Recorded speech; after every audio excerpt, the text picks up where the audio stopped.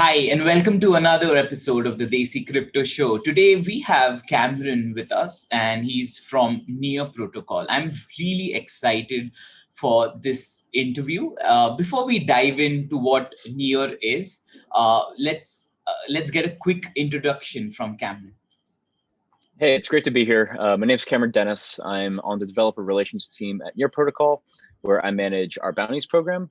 I do some grant work, and I bring new projects into the ecosystem and support developers in their journey on building on Near. Hey, that's awesome to hear. That's quite a bunch of different roles, I may say. So, what did you do? What is your blockchain journey before you started with Near?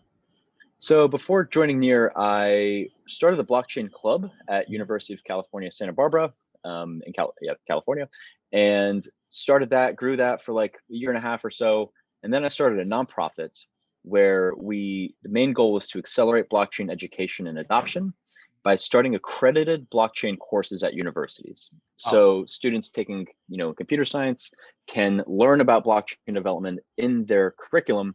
And this is a very hard thing to do because it requires lots of identifying loopholes in the university system to get courses started. And we source the guest lectures, we bring, the students in, and then after the students take those classes, we come and place them at jobs, we build projects together, we do focus groups, and this is called the Blockchain Acceleration Foundation, also known as BAF or BAF.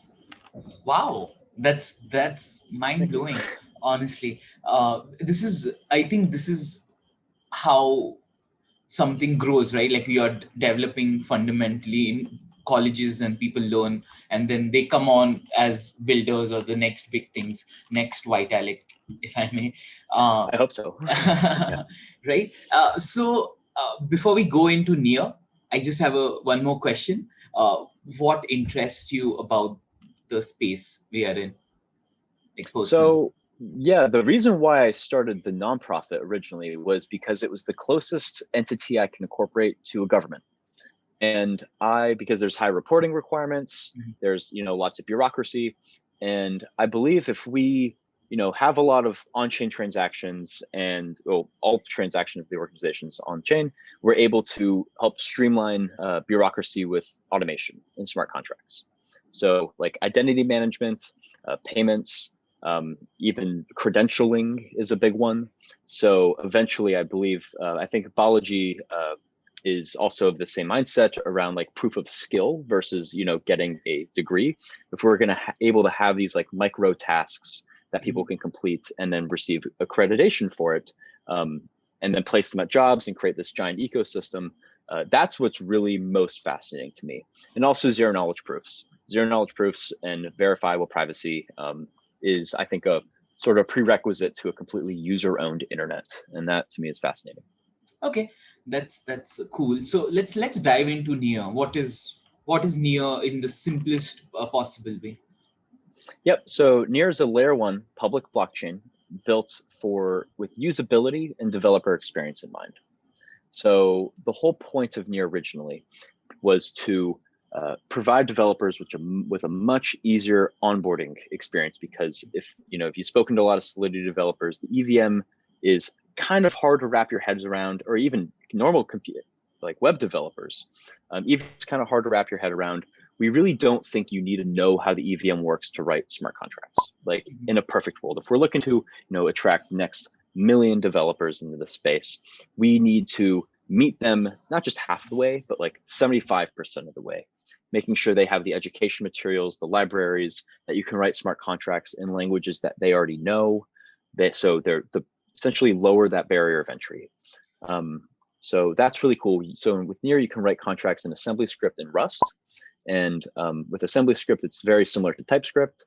And we're able to essentially attract all of the web developers out there instead of having to train specifically Solidity devs. And keep in mind, Near is focused on interoperability.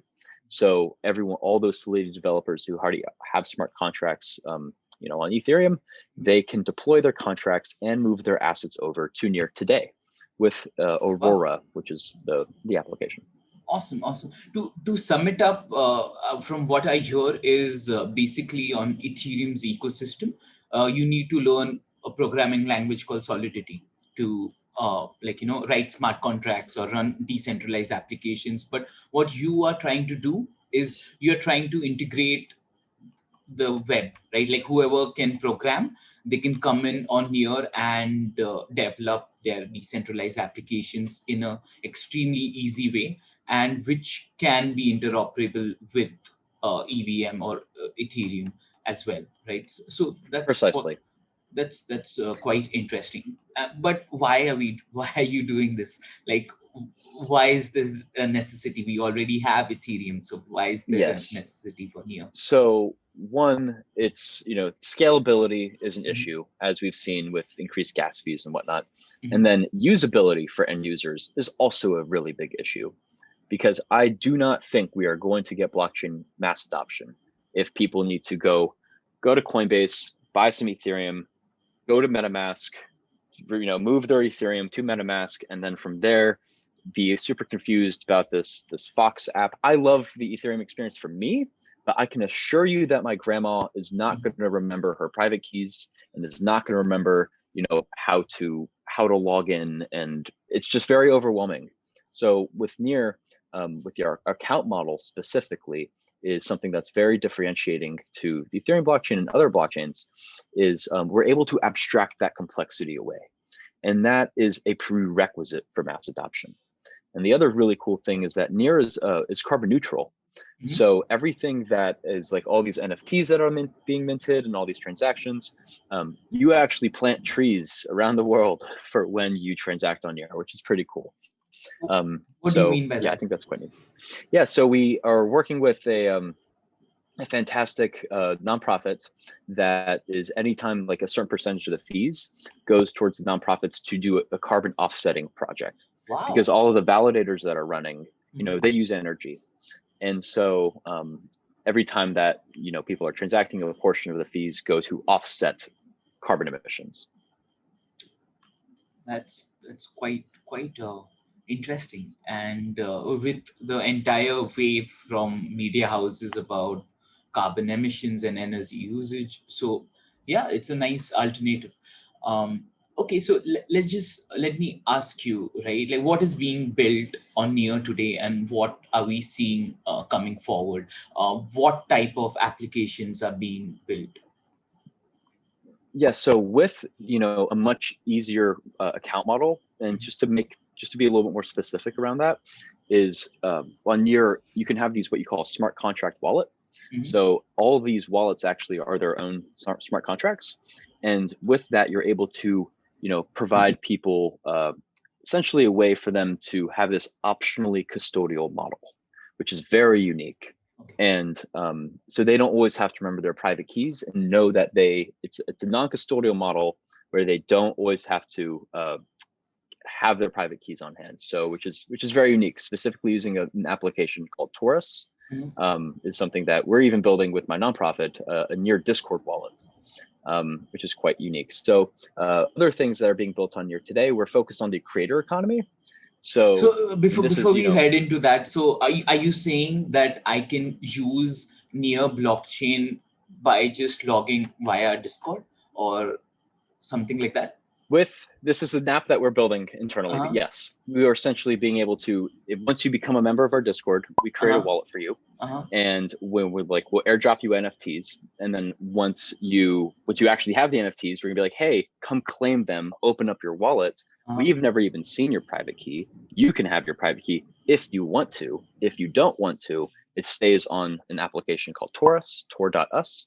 And that is a custodian, like an OAuth tool essentially. But yes, in short, yes, that is what we're building. That's very cool, and I think I should claim my NFTs for being part of the Discord. Yes, yeah, and come to the events, and then if you complete, certain modules, if you do, if you participate, if you contribute, because what we're ultimately creating here is this like very sort of circular, holistic economy where you own the value that you provide to Mhm. the network. And this is my work with bounties as well on Near. Mhm. So we want people to complete, things that we need done in the ecosystem, whether we need a front end built, or whether we want, a certain experience for certain applications. you can get paid in Near to complete these things. So we're trying to create this opportunity machine in short. But yeah, that's very interesting. So I've seen you guys speak a lot about creator economy and NFTs and like just the digital creator economy. Can you elaborate on that? Why are you so bullish on it, and what is Near doing to bring in next bunch of creators on board? absolutely. So the reason why I brought up the account model is because it makes it easy for a lot of these times, these non-technical people, a lot of artists, they didn't get involved in the first crypto boom. They didn't they're not always technologists per se. So they need an application, they need a blockchain that is going to sort of meet their expectations of normal Web 2, experience. So this is where things like Mintbase is very cool. Mintbase is a recently launched application on Near. It's a NFT marketplace, but it's not just its own NFT marketplace like Rarible and others. It is like the Shopify of NFT stores, because the way we see it and the way Mintbase sees it, of course, is the future of the NFT world is going to be every individual is going to want their own marketplace, especially like rappers and people, just like everyone has their own website. Like, because they're coming with their own brand. Why are they going to go pay, like, I love OpenSea, I love these things, they're pioneering the space, but the fees are very high for artists to mint their NFTs on them. And then the other thing is low fees. Artists and creators don't always have the money to pay $30 gas fees to mint something. So with Near, the fees it's like fractions of a penny. And that is very exciting for creators. And then the last thing is it's super fast. So you're able to send transactions and do very, very lots of transactions very seamlessly, very easily. And we have great standards that recently came out to make sure that people were paid royalties on the let's say you mint an NFT and it gets sold 4 times, the original creator can get a little piece of the pie every step of the way. Wow. So yeah, that's a new NFT standard that recently was announced. Very cool. That's very cool. So I think you mentioned about your wallet account management system. So I think I would like to elaborate on that. What it means is Ethereum has these complex numbers and digits as wallet address, but on Near, my ID which I made is dheeraj.near, right? Is that what you were talking about? Like that's an easy way to so that's another thing. That's actually another thing where my grandma or most artists and people aren't going to remember their public key off the top of their head, X30 blah blah blah blah. I'm Cameron.near. Or if you have a pseudonym, it could be whatever you want, .near. And this is how we're building a blockchain and a creator economy meant for everyday people. And so in the perfect world, blockchains are really just a means to an end. It's really just, how can we give the power back to the people? How can we, do this in the most easy way? And so I'm with my nonprofit, we're very blockchain agnostic. We work with every chain to really figure out the best solution. And I've worked with lots of other blockchains before we build curriculum for them. And I chose to work at Near because I actually think it's the best path towards mass adoption for normal people. Wow, that's quite interesting. So this is something you spoke about, the creator economy space. What other projects are being built? What are the projects we are going to see on your protocol?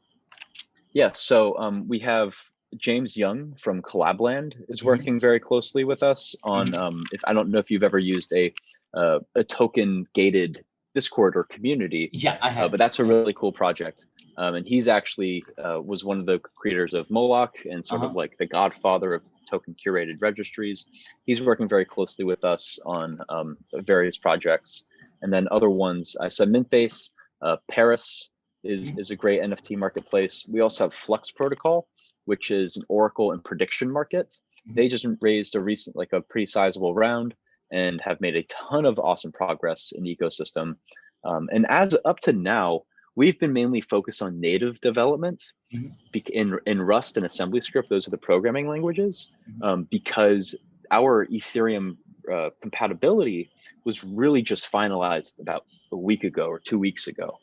So now we're getting, a lot more great projects from the Ethereum ecosystem to move over through Aurora, which is essentially Near's layer 2, Ethereum layer 2, very similar to Polygon, except what's really cool with our layer 2 is that our bridge is trustless.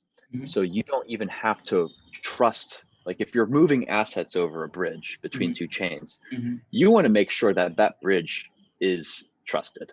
Is technically trustless, because there's billions of dollars or hundreds of millions of dollars moving over. And if these accounts are managed by certain individuals, they could be coerced, they could be, bad actors, they could be whatever. So exactly.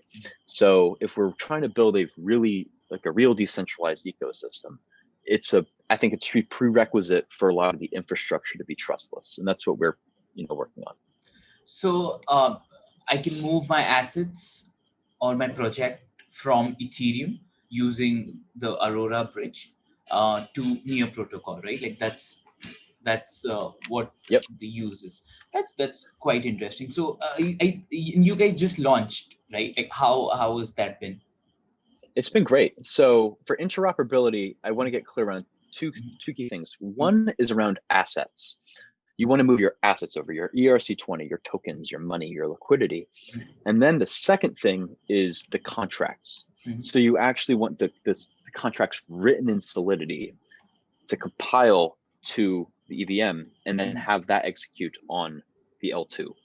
Now, Near long-term is we are a layer 1 blockchain. So what this is just, and we're what we call a sharded blockchain, a very similar approach to what Ethereum 2.0 is looking to do, and some other sharded projects. And this is to help with scalability. What's really cool about Near is we have cross-shard communication, which means people who are bringing their Ethereum projects over to Near, it's able to communicate amongst the rest of the Near ecosystem, and they benefit from the long-term benefits of the L1, which is like good developer experience, a native ecosystem, cheap transactions, long effort. Yeah. So you made it sound very simple, but I'm sure that must be so hard to do, and like so much brain power has gone into it. I'm sure, right? So we love it, right? Like we love what you guys are doing and what you guys are trying to solve. So I just wanted to ask you, like, what do you personally and what do you guys in Near protocol think about India and the Indian blockchain ecosystem? Oh, I am so bullish on India's blockchain ecosystem, despite some of the humps and hurdles with regulation and some of the comments that politicians have made. I think that crypto and blockchain specifically is designed for India and other countries too. But like India's has an amazing technology ecosystem, especially with Near specifically. We're talking about the creator economy and making blockchains more accessible for people. We are not going to create an entire NFT ecosystem on Ethereum for India because transaction fees are way too high. Why is someone going to pay $32, which sometimes is like that's a lot of money, and especially for some people that's like their monthly pay to create a digital asset somewhere. You're going to need it to be fractions of a penny. So that is, I think, really important. Two, we have an Indian guild. So we actually have an Indian Near community, which is very cool. One of our heads of community is actually based in India, and he has grown a pretty sizable ecosystem over there. And the other thing is with assembly script, I know India has a ton of, your developer ecosystem is fantastic, but I know you have specifically a lot of web developers as well. So these are people who are perfect to join the Near ecosystem because you can now just program in assembly script, and the barrier to that is very easy from knowing TypeScript. And we even have a 4-day boot camp, and this is completely free. You can even be paid to attend. Wow. and learn it as long as you pass the certification. And this is our Near Certified Developer Program. And we've, I think, run probably around like 5 of them. Sharif Abu Shadi is the guy's name who runs it. He is amazing. And that's another thing, not to get too rambly with it, but our team is unmatched. Like, I love the people who I work with, and across the world. I work with Shreyas from India quite often, and he just is always raving about like the great projects that are coming out from India. So I'm very, very bullish on the Indian ecosystem. That's some kind words, which are nice to hear. All right. So how can someone listening to this podcast, how can they interact with Near? How can they join Near? What do they like if they want to contribute? If they want to learn, what can they do? So I'm assuming there's various levels of people on this listening to this podcast. Right. So I would start if you're just completely new to Near. We have near.org/learn, and that is a fantastic place to just to learn the very basics, like what is Near. Like, we have this thing called Near in a nutshell, and it's just like a single view of everything in Near. It's like a 1-minute read, super straightforward. And then also check out a lot of the applications building on top of Near. So we have Mintbase, we have Flux, we have Berry Club, we have Pixel Party, we have like a lot of other cool NFT marketplaces for music and creators. And what else? So we have a Discord channel, which is a fantastic place to meet the community. We have the Near Certified Developer Program if you're looking to program smart contracts on Near. We have bounties, which is what I manage. And if you are interested in building things for for the ecosystem, the way I see it is people take the Near Certified Developer Program, learn how to build, and then I give them bounties depending on their interests and skills. And then once they've completed bounties, they know what is going on, then we can either give them a grant for them to build, and we have a fantastic grants program for founders and entrepreneurs. Now, I must say there's a caveat here.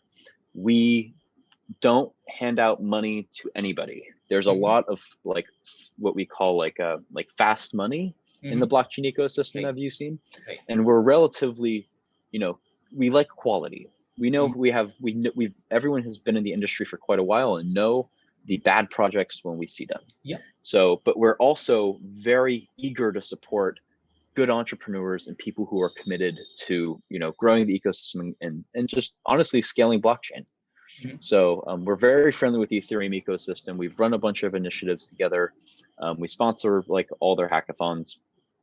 And another last thing would be if you are interested, in applying for grants, we have a great grants program. We're looking for founders. You can contact me personally at Cameron Dennis on Telegram, or on Discord. You'll see me there. So if you have any questions, reach out to me directly. Awesome. So I will link all this below in the show description. Thank you, Cameron. It was really nice talking to you. I learned a lot about Near, and I'm sure people watching this and listening to this learn a lot as well. Absolutely. Well, feel free to reach out if you ever all your listeners. I'm here to help.